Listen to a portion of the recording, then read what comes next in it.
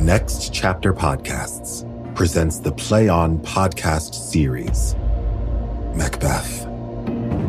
Episode 7. Who will be crowned at Scone? For the best listening experience, be sure to use your headphones or earbuds. And don't forget to wash your hands.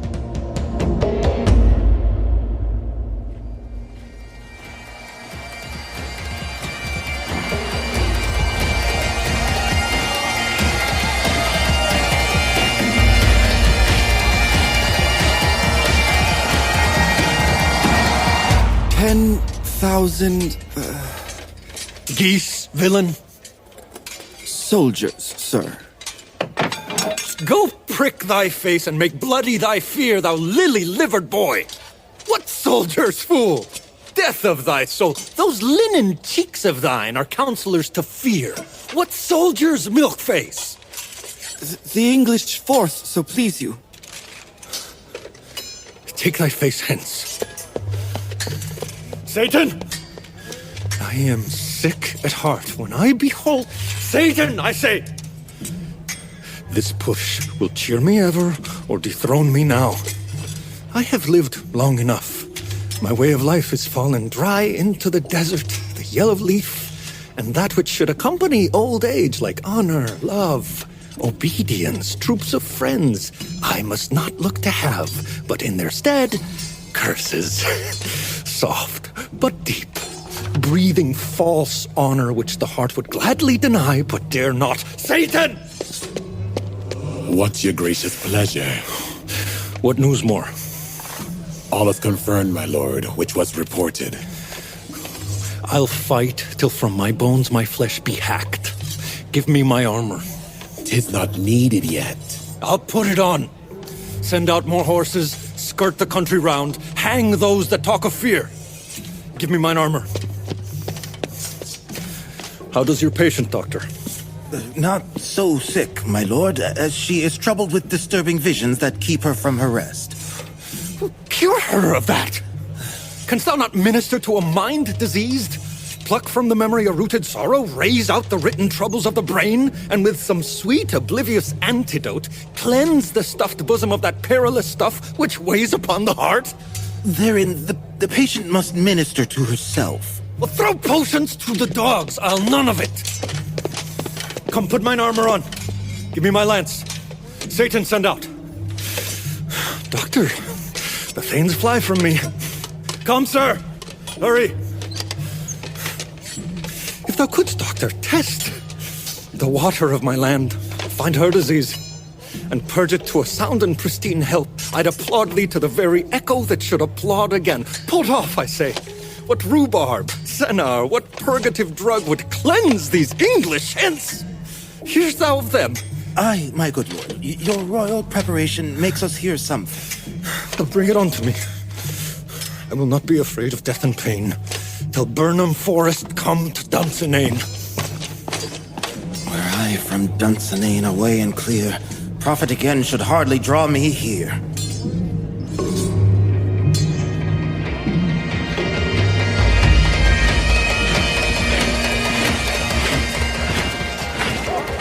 Cousins, I hope the days are near at hand that we'll be safe in our beds. We doubt it nothing. What wood is this before us? The wood of Burnham. Let every soldier hew him down a bough and bear it before him. Thereby shall we conceal the numbers of our men and make discovery falsely in report of us. It shall be done. We learn nothing new other than the confident tyrant keeps still in Duncanane and will endure our encampment before it. 'Tis his main hope. For where there is advantage to be given, both high and low have revolted against him, and none serve with him but those enforced things, whose hearts are absent too. Let honest judgment attend the true outcome, and put we on industrious soldiership. The time approaches that will with due decision make us know what we shall say we have, and what we owe. Speculative thoughts leave unsure hopes to fate, but for sure results, steel must arbitrate. Towards which... Advance the war!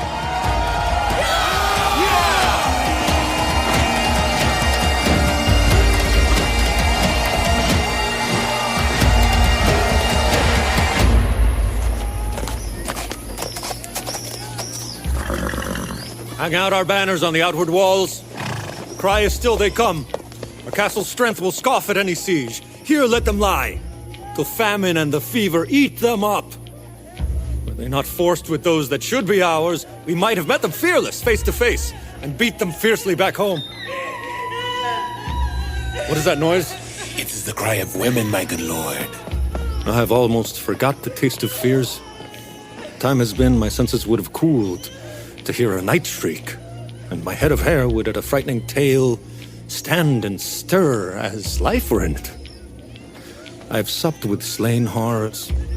Such dread familiar to my slaughterous thoughts cannot startle me. Wherefore was that cry? The queen, my lord, is dead. She should have died hereafter. There would have been time for such a word. Tomorrow, and tomorrow, and tomorrow creeps in this petty pace from day to day to the last syllable of recorded time, and all our yesterdays have lighted fools, the way to dusty death.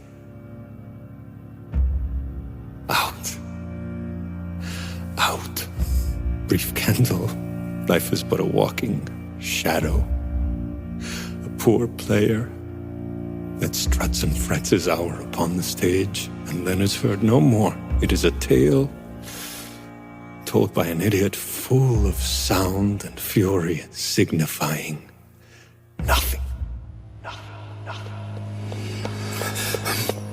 Thou comest to use thy tongue, thy story quickly.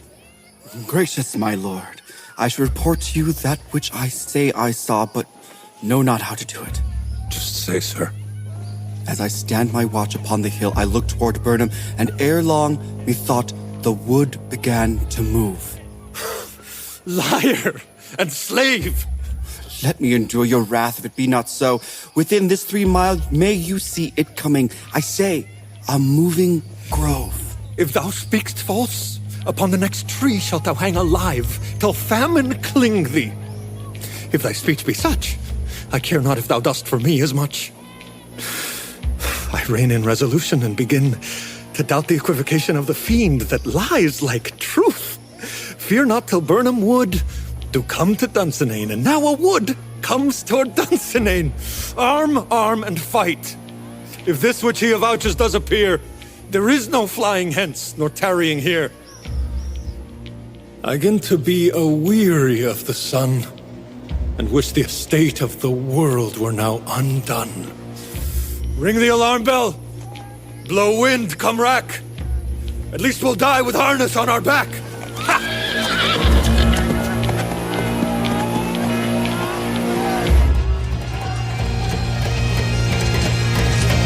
Now! Near enough! Your leafy screens throw down and show like those you are! You, worthy uncle, shall with my cousin, your right noble son, lead our first battle. Worthy Macduff and we shall take upon what else remains to do according to our order. Fare you well. Do we but find the tyrant's power tonight, let us be beaten if we cannot fight! Make all our trumpets speak. Give them all breath. Those clamorous harbingers of blood and death!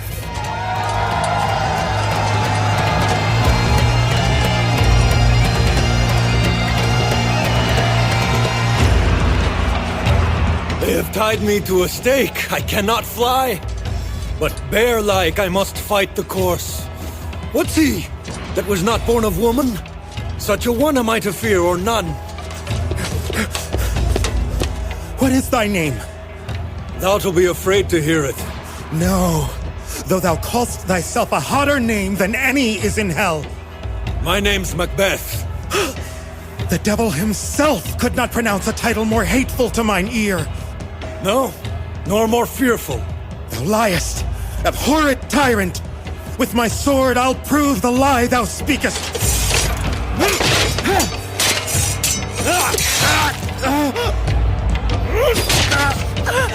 Thou wast born of woman, but swords I smile at, weapons laugh to scorn,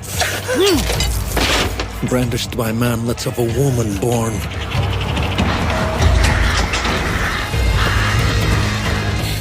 that way the noises. Tyrant! Show thy face! If thou beest slain, and with no stroke of mine, my wife and children's ghosts will haunt me still. I cannot strike at wretched men whose arms are hired to bear their lances. Either thou, Macbeth, or else my sword with an unbloodied edge I sheathe again undeeded. There thou shouldst be. By this great clatter, one of greatest note seems proclaimed. Let me find him, fortune, and more I beg not. This way, my lord. The castle is gently rendered. The tyrant's people on both sides do fight. The noble thanes do bravely in the war. The day almost gives itself to you, and little is to do. We have met with foes who as friends will not strike us. Enter, sir, the castle.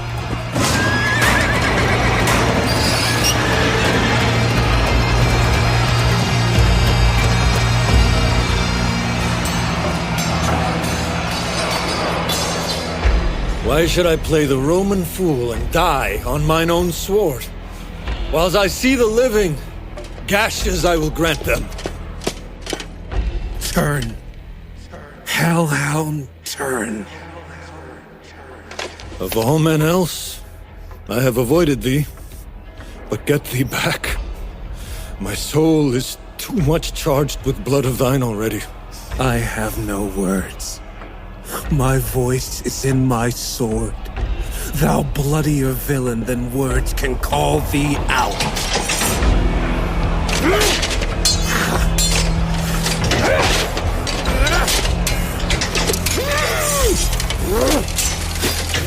Thou wastes thy work, as if blindly thrusting thy keen sword through the vaporous air to make me bleed.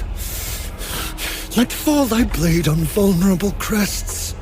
I bear a charmed life which must not yield to one of woman born. Despair thy charm, and let the devil, whom thou still hast served, tell thee, Macduff was from his mother's womb untimely ripped.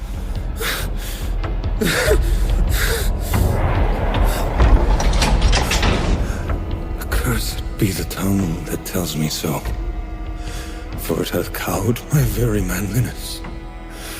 And be these midnight hags no more believed, that deal false with us in a double sense, that keep the word of promise to our ear, and break it to our hope. I'll not fight with thee. Then yield thee, coward, and live to be the laughing stock of the time. We'll have thee, as our rarer monsters are, blazed on a banner and written below, "Here may you see the tyrant." I will not yield! To kiss the ground before young Malcolm's feet, and to be baited with the rabble's curse, though Burnham would become to Dunsinane, and thou, my foe, being of no woman born, yet I will try the last. Before my body I throw my warlike shield.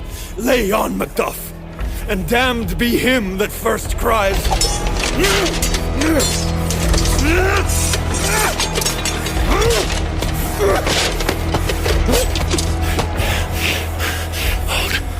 Enough.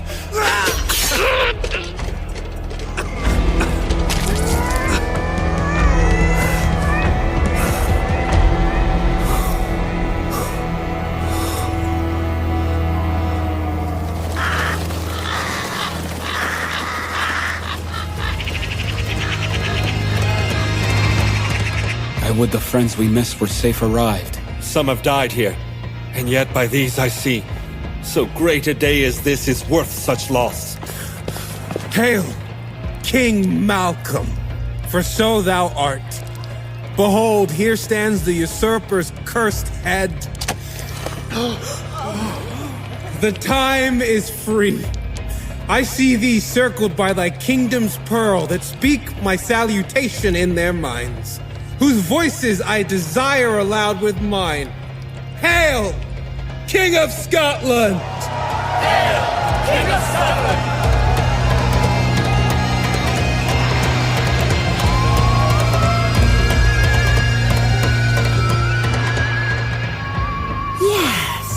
Hail the King of Scotland, What? Hail the King, Banquo's son. I'm here. All hail, Yes, hail. We shall not spend a large expense of time before we reckon with your several loves and make us even with you.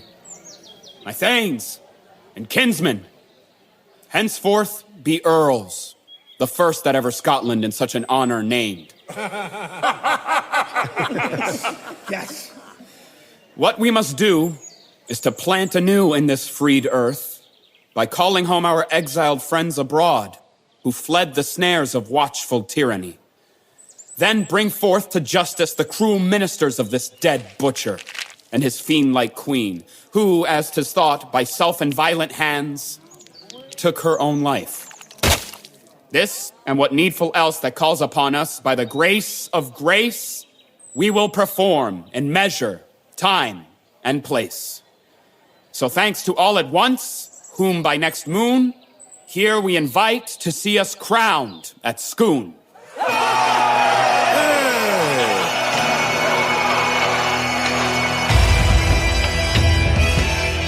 So thanks to all at once. Who by next moon? Thee we invite to see. Who will be crowned at Scone?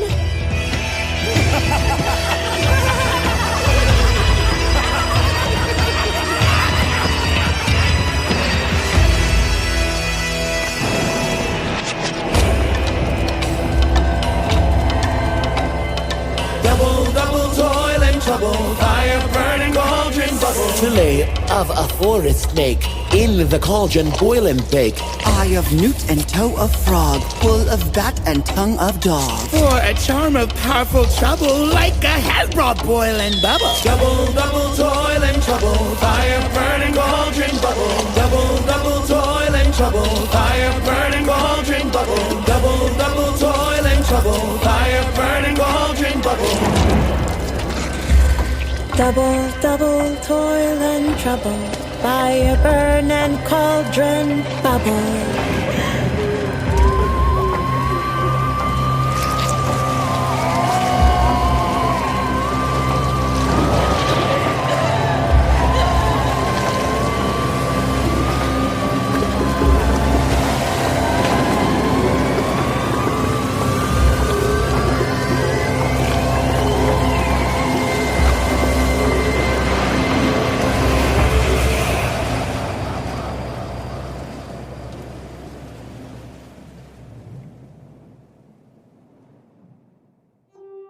The On Podcasts Series Macbeth was translated into modern English verse by Migdalia Cruz and directed by Edward Torres. Episode scripts were adapted and produced by Catherine Eaton. Sound design, mix engineering, and original music composition by David Molina. Sound engineer, Daniel Ben-Shimon. Executive producer, Michael Goodfriend. Senior producer, Miriam Lauba. Managing producer, Robert Capadona. Coordinating producer, Taylor Bailey. Casting by the Telsey office, Karen Castle, CSA, and Ada Karamanyan. The cast is as follows: Armando Riesco as Macbeth, Zabryna Guevara as Lady Macbeth, Chinaza Uche as Macduff, Jordan Barbour as Banquo, Bernard White as Duncan, Daniel Jose Molina as Malcolm, Flor Perez as Lady Macduff, Barzin Akhavan as Ross and the Porter, Annie Henk as Lennox, Elijah Goodfriend as Macduff's son, featuring Manila Luzon, Monet Exchange, and Miss Peppermint as the witches. Also featuring David Watson on the bagpipes. Voice and text coach, Rebecca Clark Carey. Equipment and recording engineer, Tommy Freed. Sound effects assistant, Ben Welty. Production assistant, Benjamin Goodfriend. The senior manager of business operations and partnerships at Next Chapter Podcasts is Sally Cade Holmes. The Play On Podcast Series Macbeth is produced by Next Chapter Podcasts and is made possible by the generous support of the Hitz Foundation. Visit playonpodcasts.com for more about the Play On Podcast series. Visit playonshakespeare.org for more about Play On Shakespeare. Hear more about the Play On Shakespeare podcast series by listening to bonus content at playonpodcasts.com, where you'll find interviews with the artists, producers, and engineers who brought it all to life. And don't forget to wash your hands.